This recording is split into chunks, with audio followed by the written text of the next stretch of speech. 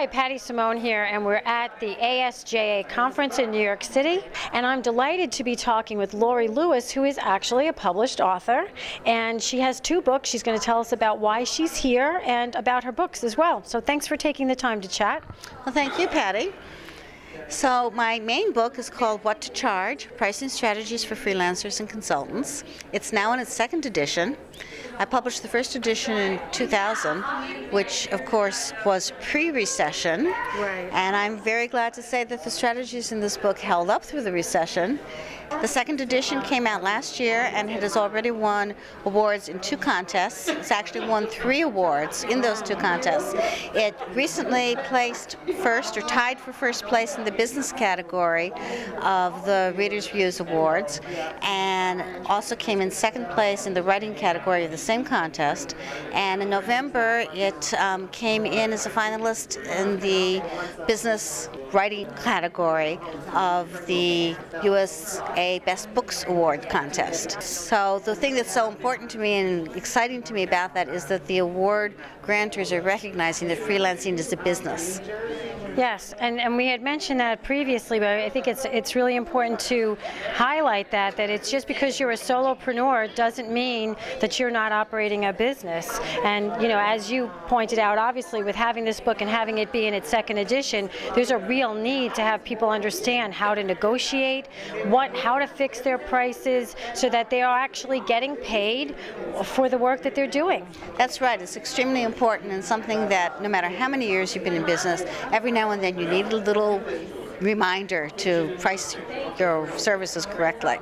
Right, and also you said that there was some guides in there that would help people do that there's like checklists of certain things that they should be thinking about so that they really have an idea of how long a project will take, what the scope of a project is. That's right, and then there are also guidance in What to Charge about how to record time that you're working on the job so that when you're trying to figure out how to price a job, you have your own experience to base your price on.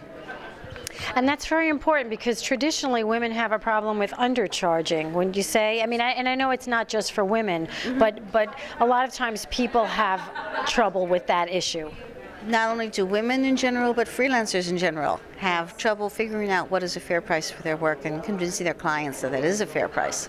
Right. So yeah, I know you have another book too. That's right. So tell us about that. I really thought that What to Charge answered all the questions about pricing, and in fact it does.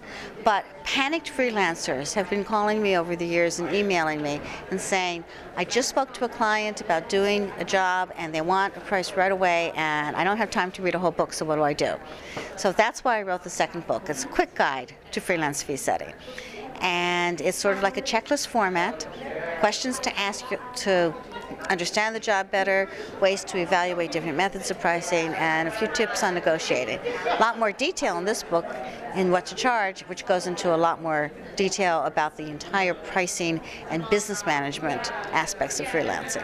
Which is all very important because it is, after all, a business that you're operating. Even if you are a solo practitioner, it's very much you have to be the head, chief bottle washer and cook type of thing, a marketer, as well as the person who's actually in operations and doing the work. Absolutely. You are everything when you are a freelancer and running your own business. And running a business is an important attitude for freelancers to have. So where can people find out more about the book, purchase the book, and more about also the pamphlet? That's the quick cheat sheet, if you would. Both of them are available from online retailers. Amazon carries them both in both Kindle and print formats.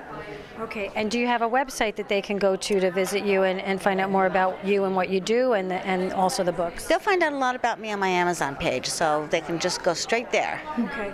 All right, so they look for Laurie Lewis and on Amazon, and they should be able to come up with both of the books then, right? They will, and they will also find the folk singer. I'm not the folk singer.